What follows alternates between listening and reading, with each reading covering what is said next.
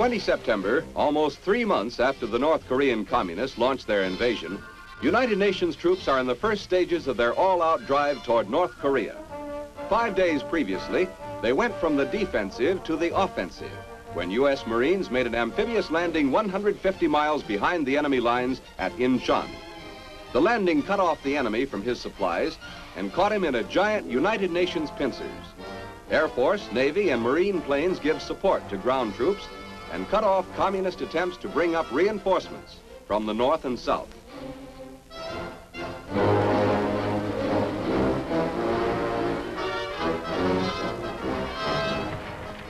Exactly 3 months to the day after the city of Seoul fell to the communist invaders, UN forces recapture this South Korean capital.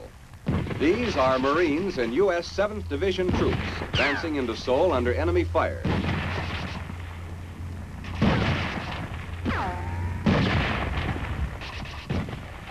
Street fighting rages throughout the city. The Reds have fortified many of the buildings, and Red tanks may appear around any corner.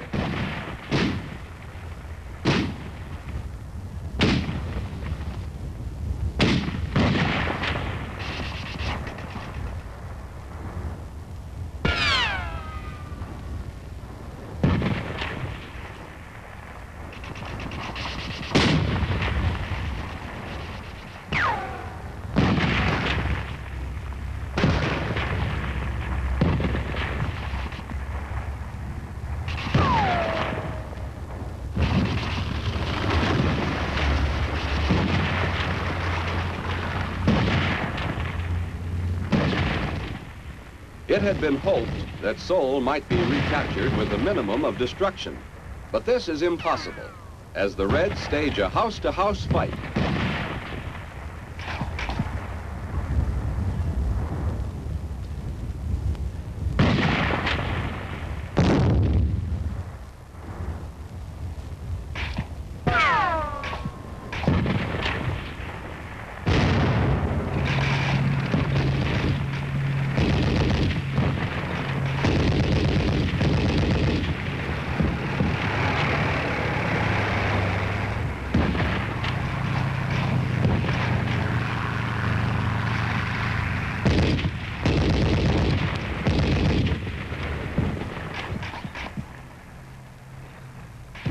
After a 5-day battle for Seoul, General MacArthur announces the city's recapture on 26 September.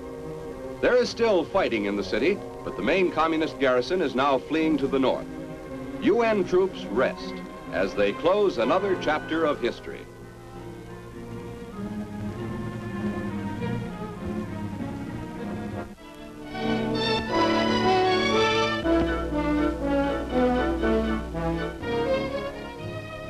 At the Ashinya Air Base in Japan during the battle for Seoul, the 187th Airborne Regiment arrives from the United States. Ammunition and other supplies are loaded on unit vehicles which will be flown to Korea.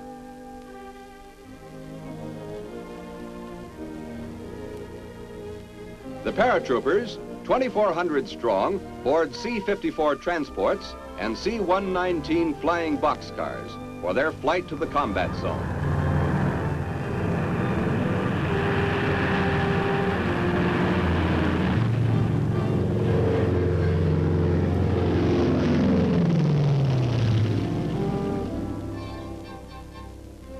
Kimpo Airfield is the destination.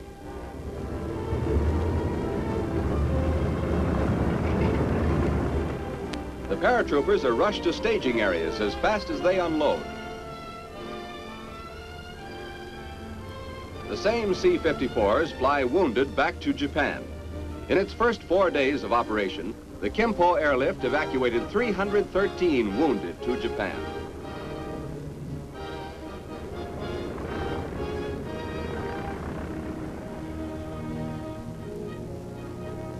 Cargo and passenger planes are coming into Kimpo at a rate of 1 every 10 minutes. Typical cargo is this disassembled 280-ton bridge. These ponton boats are part of the bridge, which was shipped entirely by air. The airfield is inspected by Air Force leaders past and present. In the group are General George C. Kenney, Commanding General, Air University, Lieutenant General George C. Stratemeyer, commanding General U.S. Far East Air Forces, and General Carl Spaatz, retired, former commander of the U.S. Air Force. In the background is a captured Yak fighter plane found in good condition. Now land-based at Kimpo are Marine carrier planes aiding in the tactical support of ground forces north of Seoul. This F-7F Tiger Cat night fighter proves especially valuable during this stage of the fighting north of Seoul. F-7Fs are equipped with radar and are very effective against convoys and troop concentrations at night and in bad weather. These Tiger Cats and Corsairs are being loaded with 5-inch rockets for a strike near Seoul.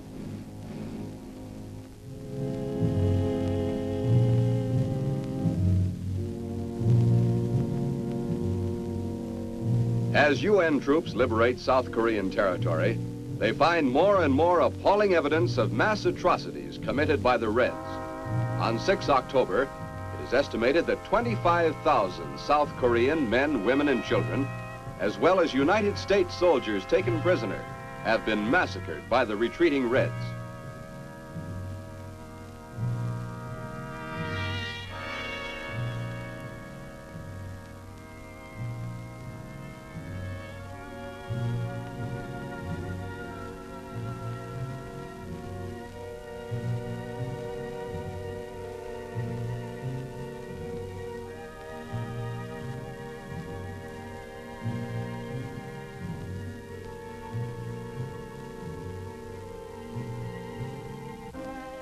Bodies are found in many different areas, many having been killed by clubbing and burning, as well as by shooting.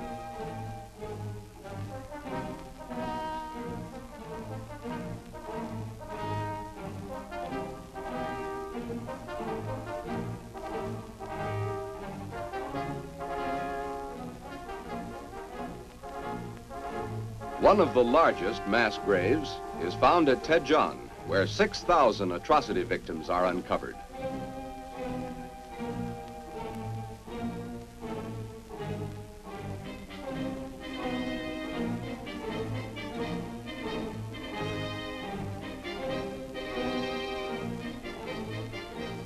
When the fighting ends in Korea, these scenes will be evidence for a war crimes investigation.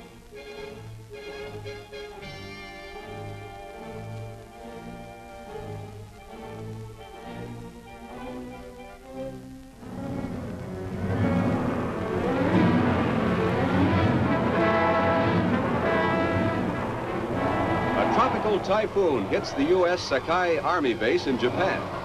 With rain and wind ranging up to 110 miles per hour, it is the worst storm to hit Japan in 16 years.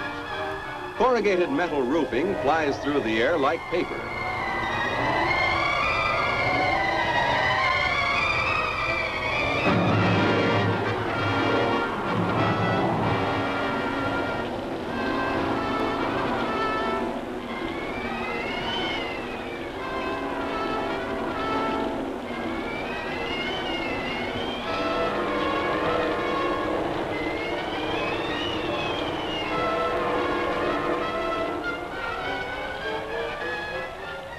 Most of the tile, shingle, and corrugated metal roofs are damaged.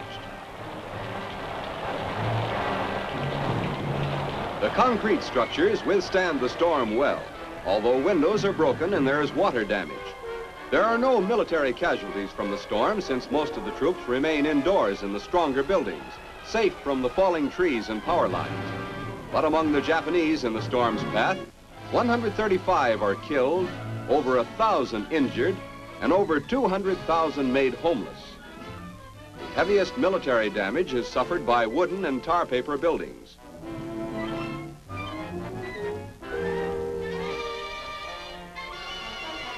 These tropical storms are expected near the Sea of Japan at this time of the year.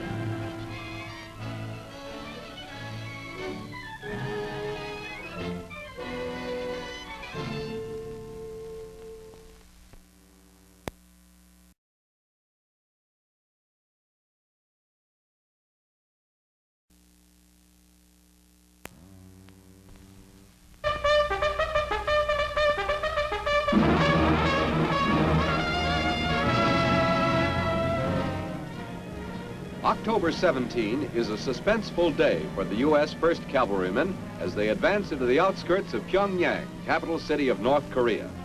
The city is known to be heavily fortified, and it is expected that the Reds will make a death stand for their capital. It is reported that the Reds have 30,000 men defending Pyongyang.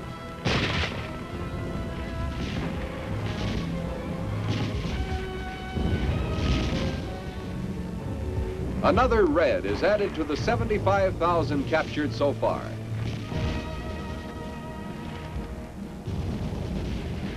A vehicle burns beside the road. Ammunition explodes in the fire. The attack is led by tanks as the 1st Cavalry advances under fire toward the center of the city. The railroad guides them.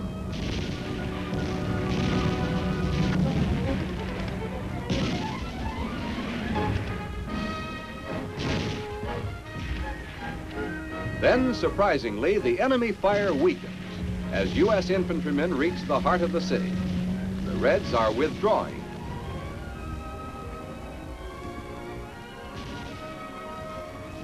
Although there is occasional rear guard fire and sniper activity, the main Red force has begun to flee northward in disorganization. A company medic gives first aid to a cavalryman wounded in the street fighting.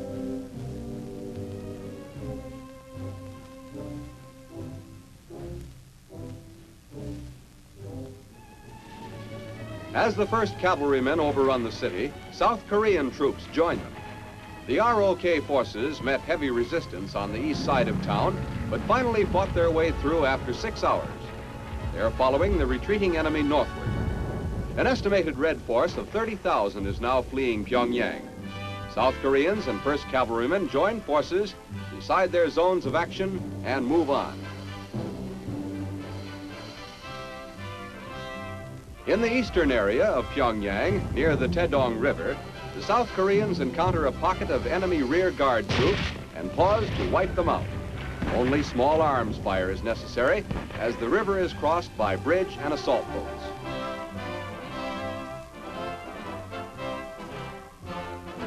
As UN forces take over the city, the North Korean Communist government has vanished, presumably having fled north across the Manchurian border.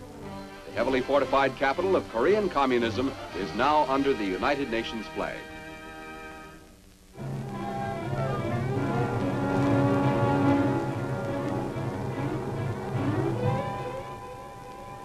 As UN forces take the North Korean capital at Pyongyang, a new threat to the Reds gets underway at Kimpo Airfield. Paratroopers of the 187th Airborne Regiment plan to jump ahead of the Reds fleeing Pyongyang, cutting off their escape route to the border. The planes are C-47 transports and C-119 boxcars. There are over 4,000 men in this operation, which consists of 2 separate drops on 20 and 21 October.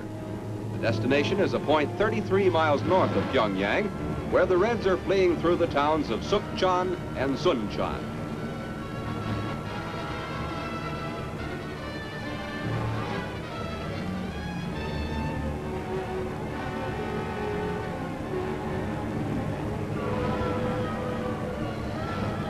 And here they go.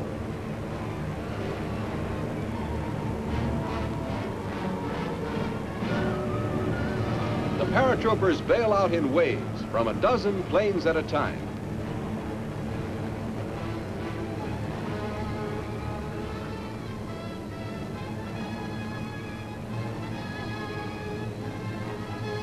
On the ground, there is practically no opposition. The attack comes as a complete surprise.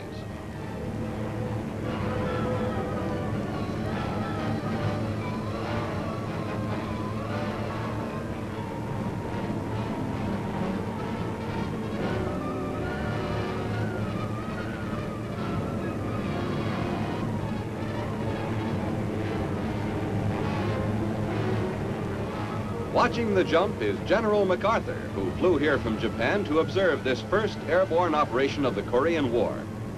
Flying over the attack area in his Constellation, the United Nations commander stated, "This closes the trap on the enemy."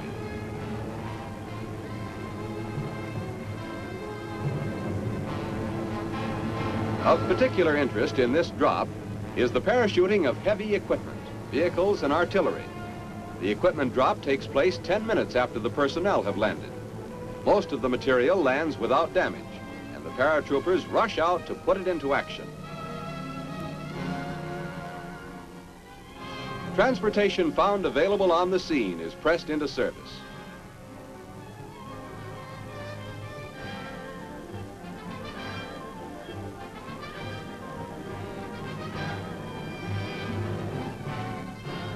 Although the big jump was delayed at the start by bad weather, it moves like clockwork once it gets underway. Casualties are few. Out of the 4,064 men who made the 2 jumps, only 90 men are listed as jump casualties, and most of these consist of broken legs and sprains. Evacuation is rapid. Specially equipped helicopters land to carry the wounded, and they are quickly on their way back to the hospitals.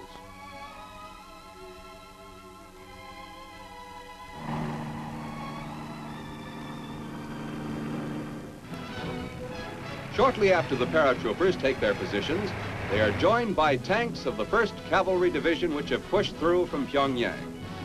As these forces join, the last remnants of the Red Army are compressed into an area only 50 miles from the Manchurian border.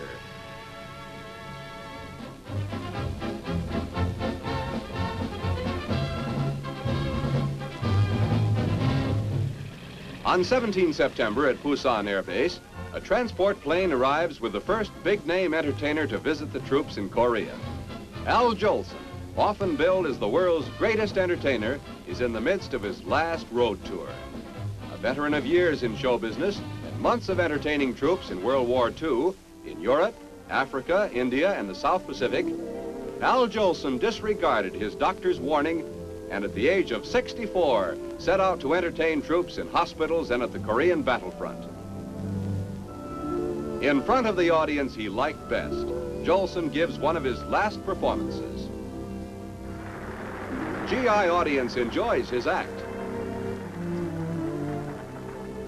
Al entertained Korean War casualties in Japan before arriving in Korea, and already has used up much of the seemingly boundless energy which he put into every performance. It was impossible for Al Jolson not to give out with all his energy and all his heart. His gaiety and rhythm was infectious, and he knew it could bring joy to others. On 23 October, 6 days after he gave this performance, Al Jolson died from a heart attack in San Francisco. One of his last acts in Korea was to raise a United Nations flag. During the month covered by this combat bulletin, the United Nations drive into North Korea moved ahead with surprising rapidity.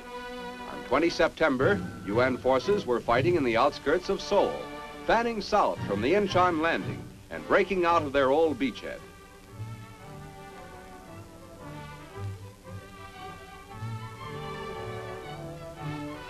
By 5 October, Republic of Korea troops had crossed the 38th parallel and were 55 air miles beyond the imaginary border between North and South Korea. On the west, U.S. troops were meeting some resistance north of Seoul. United Nations forces, including U.S., British, and Australian troops, were regrouping in expectation of a full-scale drive across the parallel after the United Nations voted approval for General MacArthur to send his troops into North Korea. By 20 October, communist forces were staggering, throwing off their uniforms and surrendering at the rate of 2,400 daily.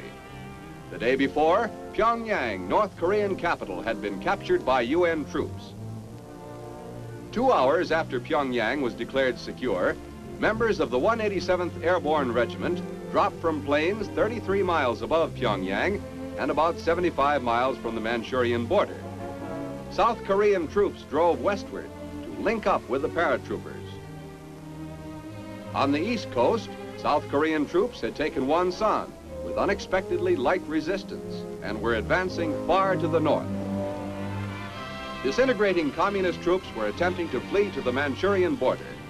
There was still fighting ahead, but at this time, it appeared that the Korean War was, as General MacArthur phrased it, definitely coming to an end.